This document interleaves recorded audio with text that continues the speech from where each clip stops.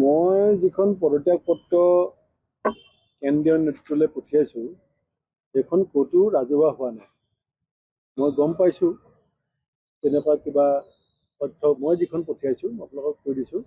মই নিজে হাতে চহী কৰিছোঁ, তাত হাতেৰে ডেট দিছোঁ।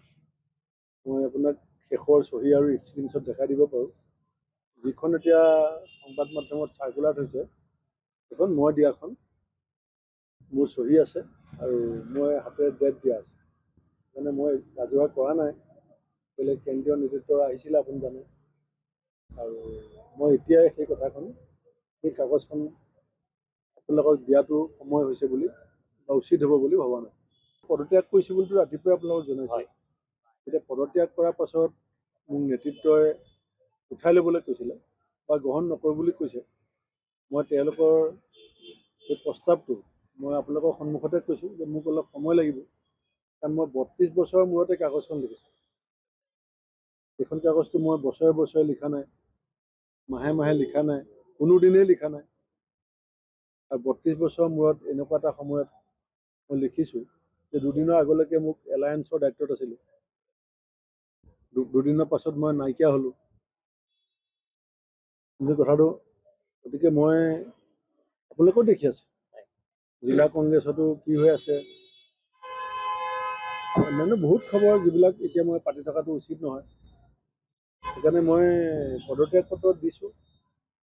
কেন্দ্ৰীয় নেতৃত্বই গ্ৰহণ নকৰোঁ বুলি কৈছে। মই কেন্দ্ৰীয় নেতৃত্বক নিৰ্দেশ দিব পৰা মানুহ নহয়, কিন্তু মই কৈছোঁ মোক অলপ সময় লাগিব।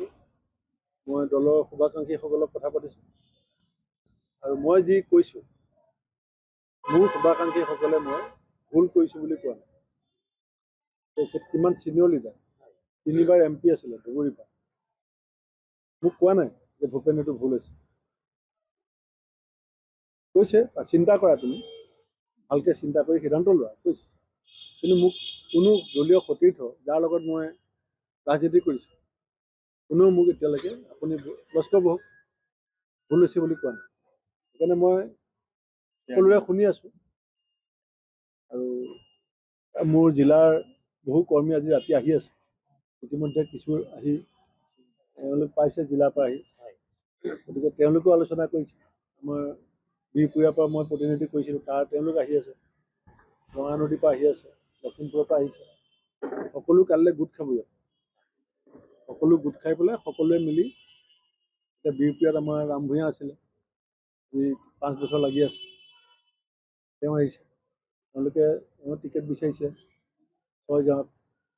বিদ্যাই ডিপ্ৰাইভ হৈছে যোৱাবাৰ, কিন্তু তেখেতৰ চিট ধুবুৰী, একো বদনাম নাইকিয়া মানুহ, ডিপ্ৰাইভ হৈ পেলাই ৰাতিয়ে দিনে কংগ্ৰেছ কৰি আছে।